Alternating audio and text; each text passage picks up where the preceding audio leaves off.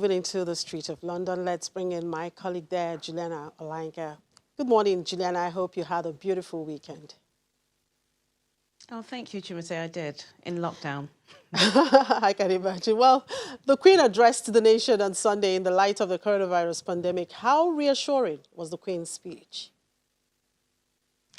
Well, look, it was as reassuring as it could be. It certainly went down well here in Britain, and to be honest, across the world, really. Of course, the Queen is 93 years of age, and in her 68 years of reigning, this is only the 5th time that she's actually given this kind of speech, apart from, of course, the yearly speech she does at every Christmas. Not only was it shown, of course, across Britain, but it's also shown in major networks across America, which just shows how much of a revered lady she is.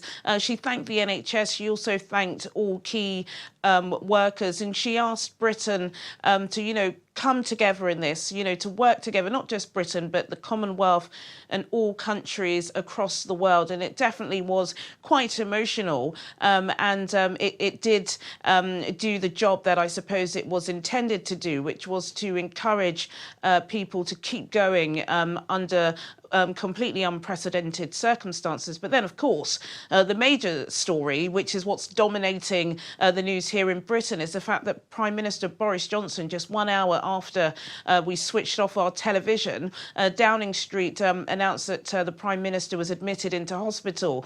About 11 days ago now, he did confirm via social media that he did have the coronavirus and he was suffering with his symptoms. A couple of hours after that, the Health Secretary, Matt Hancock, also said he had these symptoms. But since then, he's been out and about. Boris Johnson has continued to have some quite severe symptoms of the coronavirus. And so yesterday night, he was admitted into hospital. He did stay overnight. I just heard just before I got into the studio that apparently he is having issues with breathing and is on oxygen. So he's de facto deputy.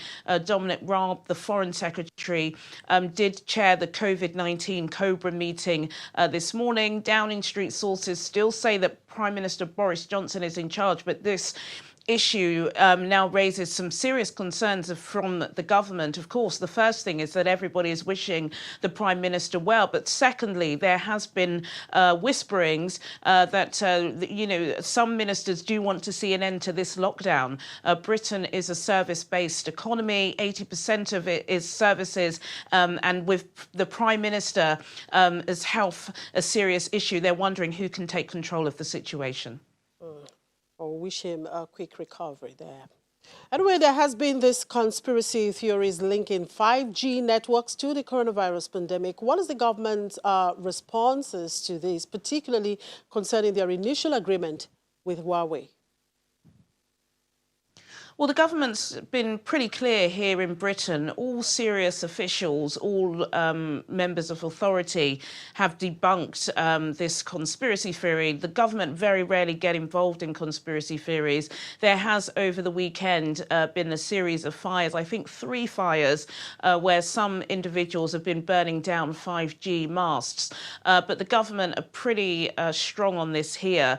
And also Ofcom, the media regulator that deals with monitoring broadcasters, they are taking a very tough stance, and they are pretty clear that in no way, shape or form will they tolerate or allow any broadcaster to even give any airtime to the conspiracy theory here. All right, one of the United Arab Emirates' largest banks has applied to the UK's High Court to appoint administrators for the troubled private hospital operator NMC Health. What more do you know about this developing story? Well, it's growing and growing. NMC Health is one of the UAE's biggest health practitioners. They have over 200 hospitals, mainly in the UAE, but also across the world, and they have 19 clinics. Over the past couple of years, they have faced major issues, and this is mainly to deal with how they're running their accounts. They've got several investigations pending, and one of them is with the UK Financial Conduct Authority, because they are on the FTSE 100. Now, the ADCB, which is the biggest shareholder, they've got shares worth nearly £1 billion. They've decided to take the investigation to a British High Court, and a date for this to appear in the court is on the 9th of April. They're not happy with how slow the investigations are going elsewhere. NMDC did respond this morning. They said that they're not happy with the bank's decision, that it would lead to eventually hurting their investors. So they said that they're speaking to other creditors and other stakeholders to try and get this thrown out of court. But it's not great for the health company. Several of their bigwigs have already resigned in the wake of these ongoing financial investigations. So we'll just have to see how this pans out in the next coming days. We'll wait and see, and we look forward to an update later in the day. Thank you, Juliana. And back here on the debt and currency market, let's bring in Benga Shonaike, fixed income dealer with Access Bank. Good morning, Benga. Thank you for joining us. Good morning. Glad to be here. So we saw some positive sentiment at the fixed income market on last week, especially at the mid-end of the curve. How sustainable is that in the new week? To be honest, that just looks like people responding to liquidity levels in the local market. Generally, as we're not seeing a lot of home auctions by the CBN, so people just looking to reinvest their funds. And the mid-tenor bracket is looking like where the appetite is at the moment. Going forward, we expect market to still respond to liquidity, but on the long term, we still expect the market to take into consideration what's happening globally in terms of the pandemic effects on economic growth and so on, and DMO's ability to borrow more securities from the global market, and also they might come to the local market. So we expect yields to go trend upwards in the interim, but for now, we'll just see the market responding to liquidity levels in the short term. All right, looking at what is happening on the global oil market, Brent is currently at about $33 per barrel. How much of a driver can that be for the local debt market? It's some positive news amongst all the negative news we're receiving. To be honest, that's just the response. It's the short-term response to what's happening in terms of Russia and Saudi and the US. We are not sure what direction that would take in the longer term. Also, we're seeing a bit more downgrades across the world, given the effects on economic growth. So, in terms of government revenue generation, we see that should have a positive news. But on the longer term note, economic growth is still down. And once you see a lot more downgrades there, that means the ability for you to raise your funds from a lot more offshore counterparties reduced in that same way. So I would say it's just some positive news across all other negative news, but just a form of breather. I don't think we're out of the woods yet. Yeah. And then on the currency side, given that foreign interest in the OMO market has been waning lately, what sort of impact can that have in the currency space this week when it comes to further exit of FPIs?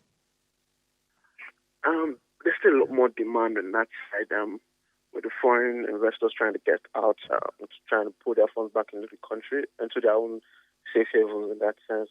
To be honest, how would I put it? The home market is basically for foreign investors, and insofar as there's more demand for FX than securities. Like we saw last week, CBN was only able to sell about 4 billion, which is a far cry from what was on offer. So we don't expect any much activity in the home market. As maturity stands would mature, we expect more people to look towards taking their funds out, so put more pressure on the FX. The only way CBN can seem to mop up momentum is they open up that market to local investors again. But until then, we don't see much activity. We don't see much headway in that OMO securities and its impact on FX markets. We still see much more demand coming into the FX market.